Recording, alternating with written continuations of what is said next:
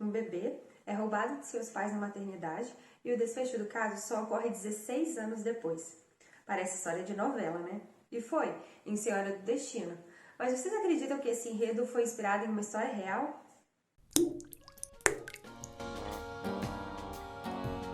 Olá, eu sou a Gi e sejam bem-vindos ao Vício em Mistérios.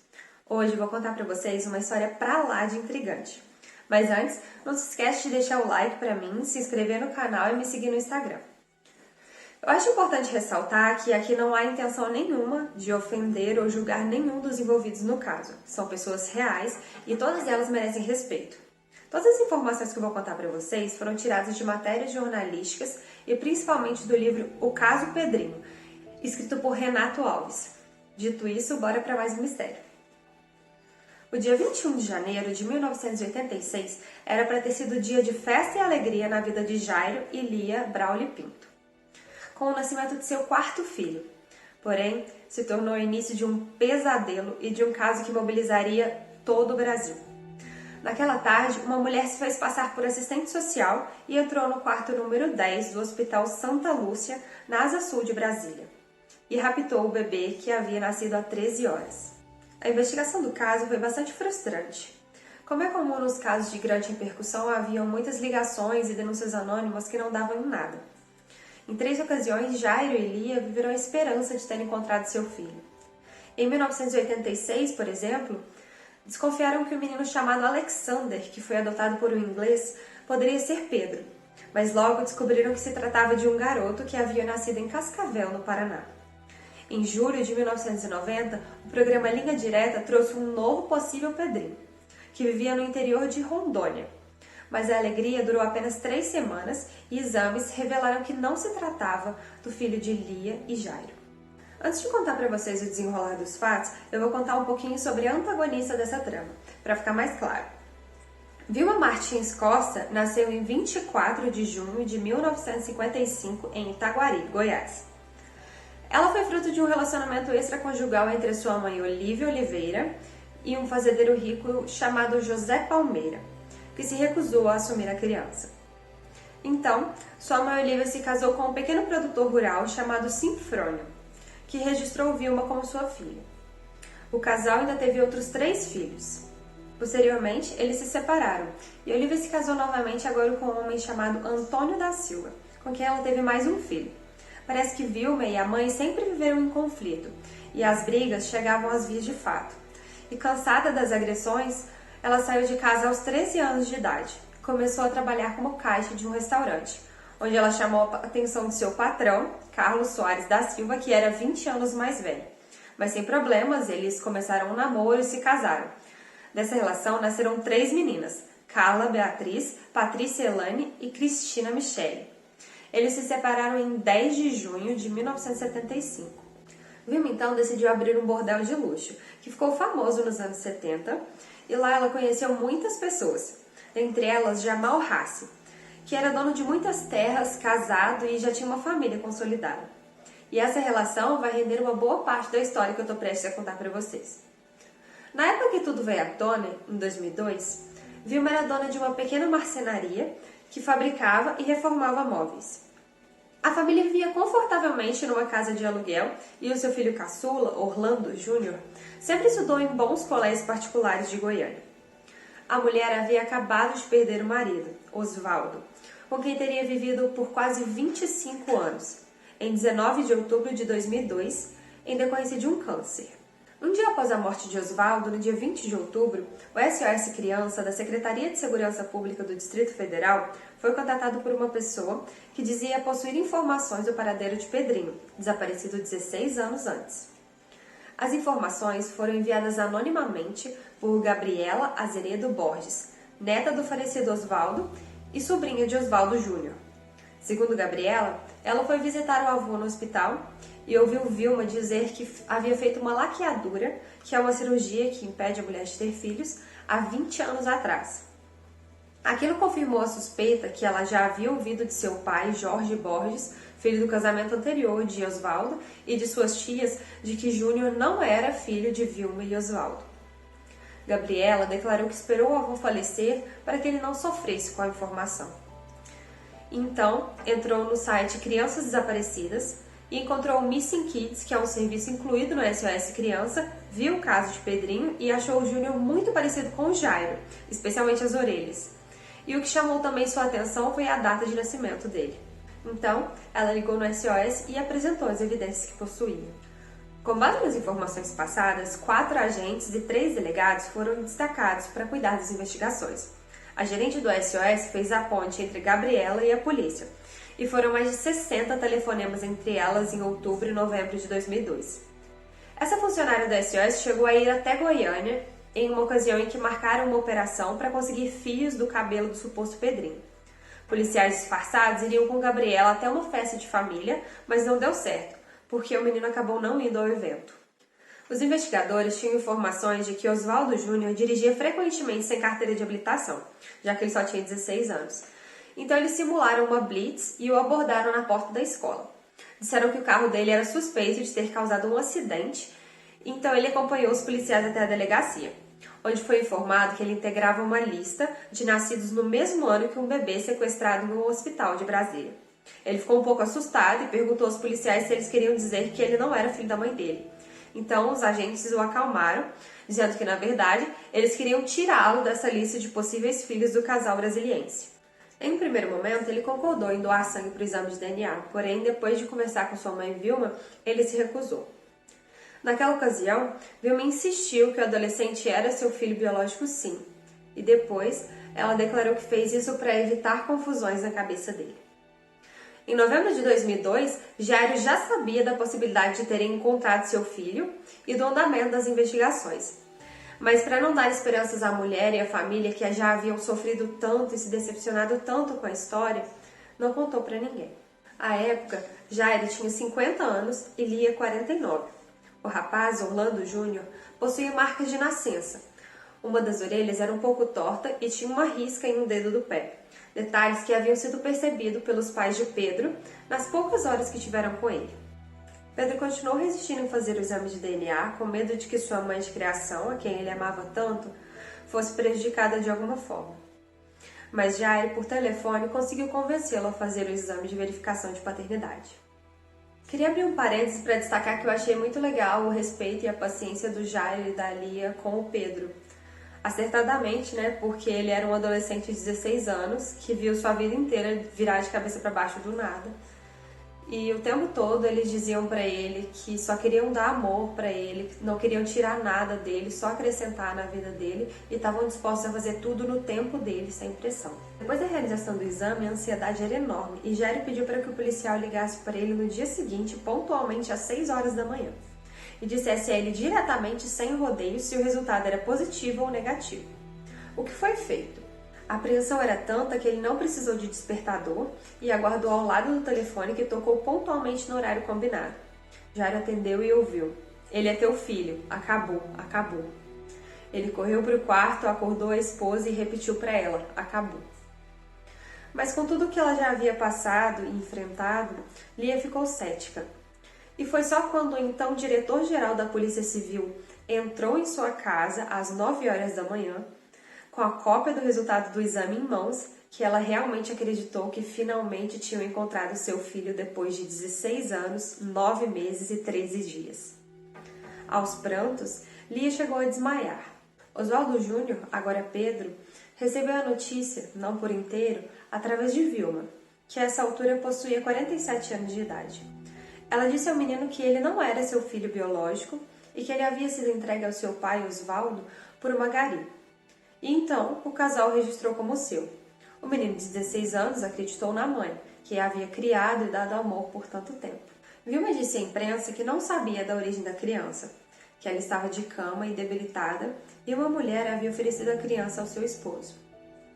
Ela afirmou, entre aspas, que ele jamais compraria a criança. Meu marido é um homem digno. Ela disse também que queria muito a felicidade do filho e que Deus havia dado uma outra família, um outro pai, para ajudar na criação de Pedro, que ela estava feliz. Sobre o dia que Pedro lhe foi entregue, ela disse que foi um dos mais marcantes de sua vida. Ela se recuperava do 5º aborto espontâneo quando o marido lhe entregou o bebê. Ela declarou que antes dele chegar, ela era muito infeliz e já havia pensado até em tirar a própria vida. Declarou ainda que não ficou sabendo do desaparecimento do bebê Pedrinho, que teve uma repercussão enorme em todo o país na época. Depois do resultado do exame, Vilma começou a complicar um pouco o acesso dos pais biológicos ao menino.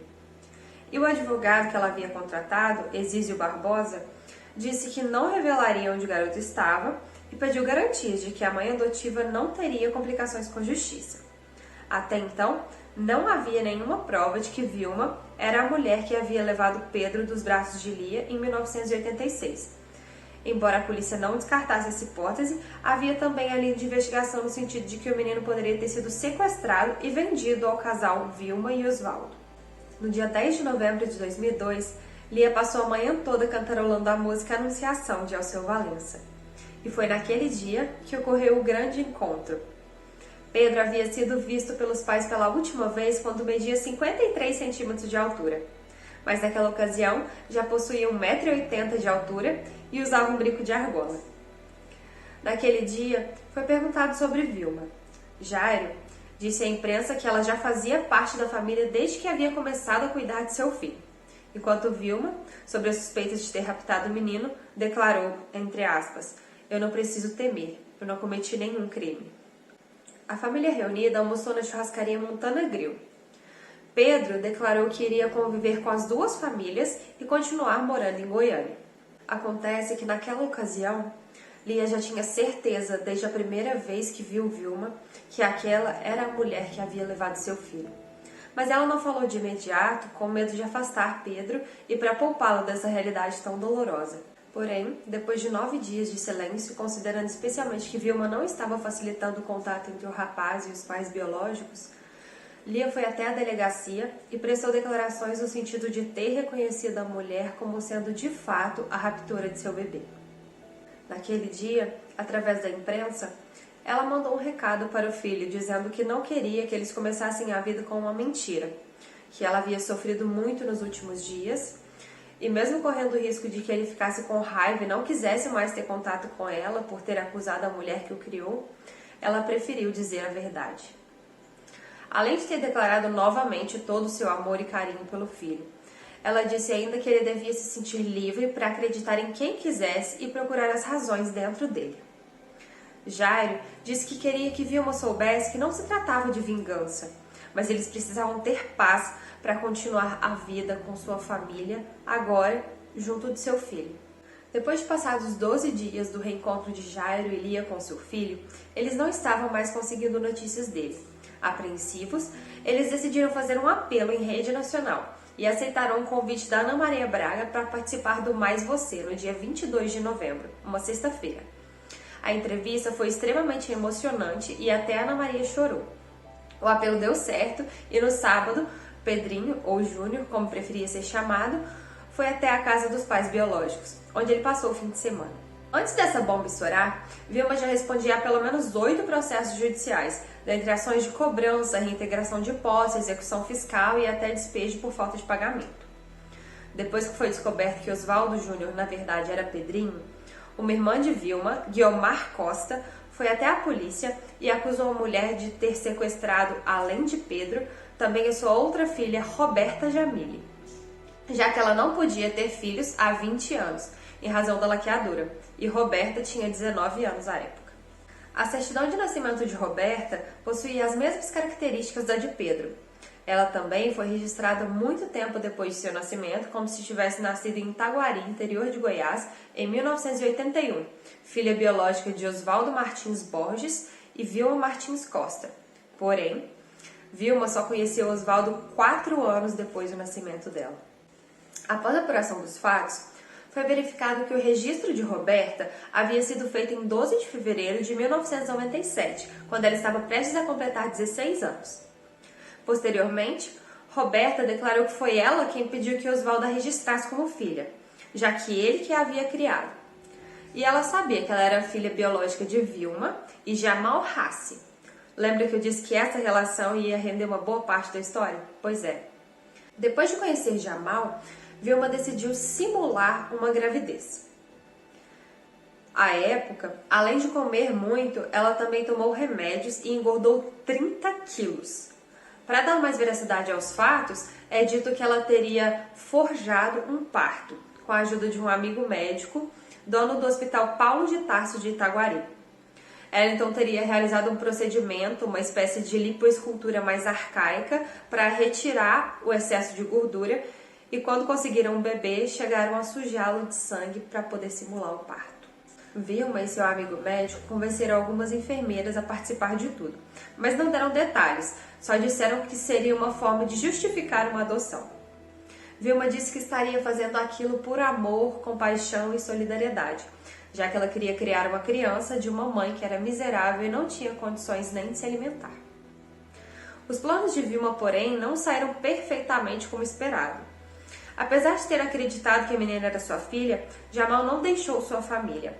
No lugar disso, ele passou a dar uma pensão bem alta para ela e a filha. E isso se estendeu até 1982, quando ele passou a ter problemas financeiros e não conseguiu mais manter as duas famílias. Foi então que Vilma se envolveu com Oswaldo Borges, que era fiscal da Receita Federal e tinha uma vida financeira bem consolidada.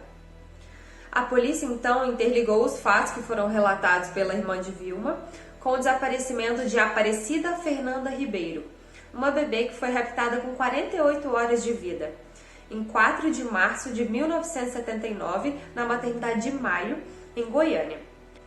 A mãe dessa criança era Maria Francisca Ribeiro da Silva, que tinha, em 2002, 63 anos de idade. Ela vivia em uma casa simples, sem laje no teto, mas não tinha sempre sido assim. Segundo ela, depois do desaparecimento da filha, ela e o marido, Sebastião Severino da Silva, gastavam tudo o que recebiam na busca da criança sequestrada.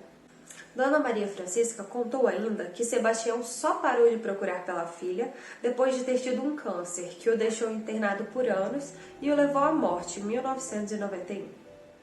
No decorrer das investigações, 2 enfermeiras da maternidade de Maio declararam que haviam visto a moça que raptou a Aparecida e disseram que ela tinha traços muito parecidos com o de Vilma.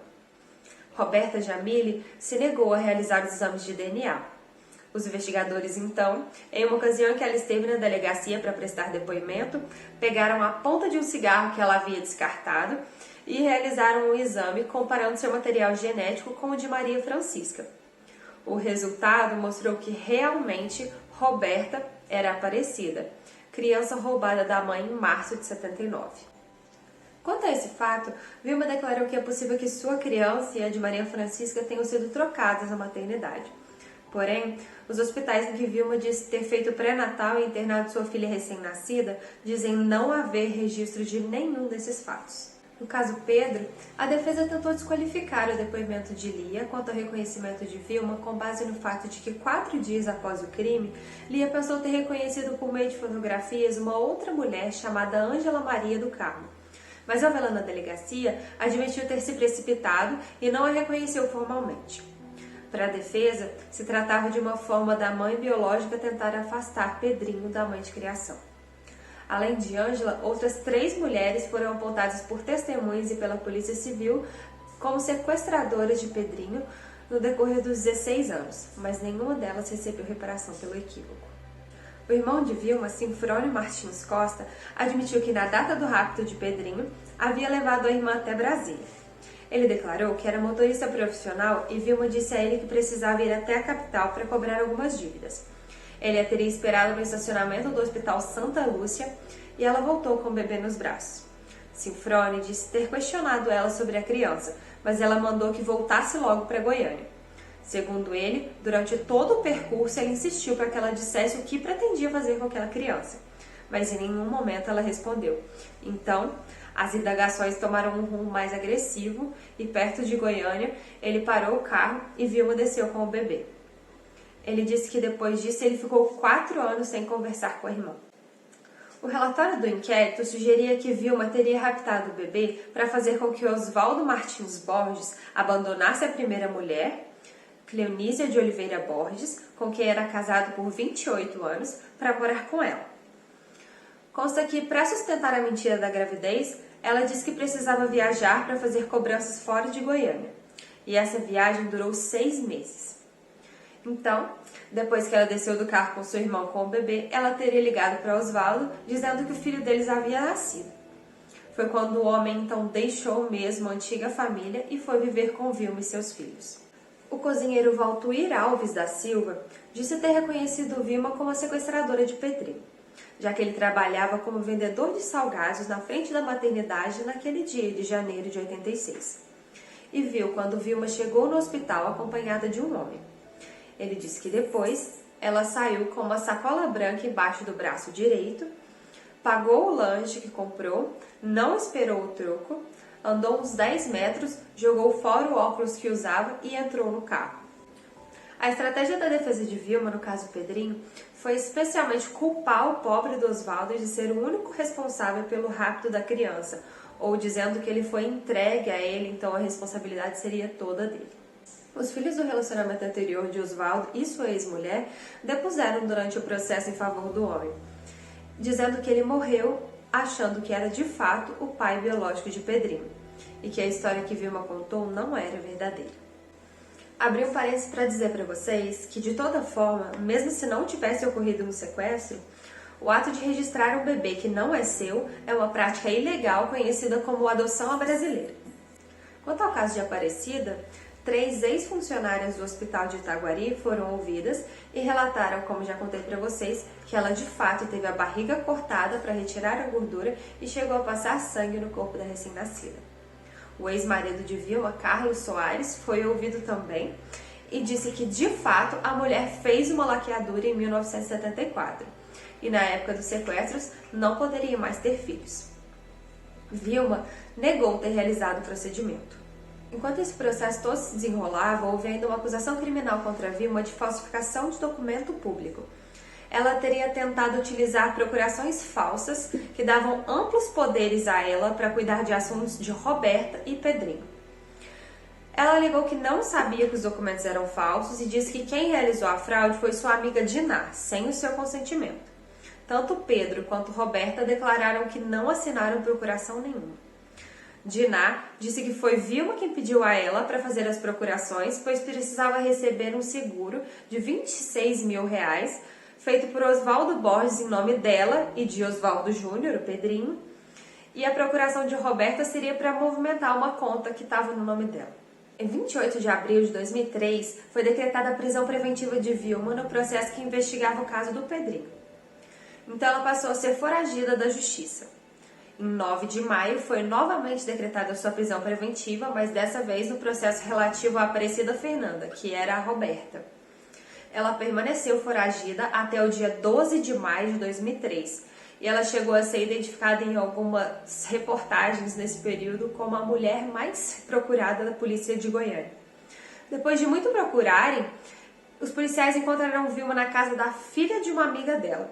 E pelo que eu entendi, eles perceberam uma movimentação embaixo de um sofá e descobriram um fundo falso e ela estava lá escondida. Gente, tudo parece muito de novela nessa história, né? Ela ficou 14 dias fugindo da polícia.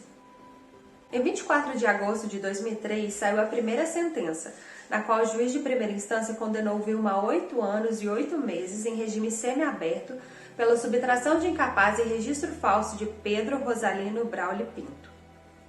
Vou ler para vocês um trechinho da sentença que eu achei interessante. Abre aspas. A acusada planejou meticulosamente suas ações, se deslocando até Brasília sorrateiramente, enganando a todos. Seu irmão Sinfrônio, a vigilância do hospital, a avó e a mãe do menor. E colocando no interior de uma sacola, manteve o mesmo fora do controle dos pais por mais de 15 anos. É uma pessoa penalmente imputável e tinha consciência da ilicitude de suas condutas, agindo, portanto, com dolo direto e intenso. Fecha aspas. Posteriormente, ela também foi condenada no processo que apurava o registro falso de Aparecida Fernanda Ribeiro da Silva. Pelo que eu entendi, nesse caso, não restou comprovado que foi ela que raptou a criança, mas não há dúvida de que foi ela quem registrou como sua filha uma criança que ela sabia que não era. Ela também foi condenada a 6 anos e 7 meses pelo crime de fraude de documentos públicos, pela falsificação das procurações que eu mencionei para vocês. No fim das contas, as penas em primeira instância tinham se estabelecido no patamar de 19 anos e 9 meses. Porém, após os recursos, foi reduzida em 4 anos no total. Ou seja, ela ficou com uma condenação aí de 15 anos pela subtração de incapaz e registro falso. Foi reconhecida a prescrição do crime de parto suposto, que havia rendido a ela mais 3 anos e meio de pena. Pedrinho foi morar com os pais biológicos em julho de 2003. E depois de tudo, alterou seu registro de nascimento passando a se chamar Pedro Júnior Rosalino Brauli Pinto. Eu vi em alguns lugares que, pelo menos no início, ele preferia ser chamado de Júnior, como sempre havia sido. Hoje, ele é um advogado experiente, casado, pai de um menino que nasceu em 2012 e uma menina nascida em 2019, e mora na Asa Norte, em Brasília. Na época da novela Senhora do Destino, o autor Aguinaldo Silva negou que a trama seria copiada da história de Pedrinho e disse que se inspirou em vários casos semelhantes, em especial o caso de Carlinhos, um menino que foi sequestrado aos 10 anos de idade no Rio e nunca mais foi visto. A Vilma passou 2 anos, 7 meses e 19 dias em regime fechado. Então ela recebeu progressão de regime e foi para uma casa de albergado, onde ela podia sair para trabalhar. Mas parece que à época dos fatos ela tinha uma saúde bem debilitada e não conseguia trabalhar, então ela passava o tempo todo no estabelecimento prisional mesmo. Nesse tempo ela tinha direito a saídas temporárias, só que em algumas delas ela chegou a ter problemas, porque ela não voltava no prazo de 7 dias estabelecido pela Justiça. Em 19 de agosto de 2008, ela recebeu livramento condicional. O término de sua pena total estava previsto para 2019, mas Vilma terminou de cumprir 7 anos antes do previsto por ter sido beneficiada em 3 comutações consecutivas de pena nos anos de 2009, 2010 e 2011. Eu vi algumas notícias que ela chegou a ser presa em flagrante em 21 de maio de 2013, acusada de receptação, que é comprar ou receber objetos de origem ilícita. No caso, eram aparelhos que haviam sido furtados de uma clínica odontológica alguns dias antes, mas eu não consegui encontrar nenhuma notícia de condenação definitiva dela por esse fato. Então, ao que parece, todos estão bem, mesmo depois desse enredo digno de novela. Comenta aqui embaixo se você já conhecia essa história, se sabe de mais algum detalhe que eu deixei de mencionar, o que vocês acharam disso tudo. Compartilhe o vídeo com os amigos, se inscreva no canal e eu vejo vocês no próximo vídeo.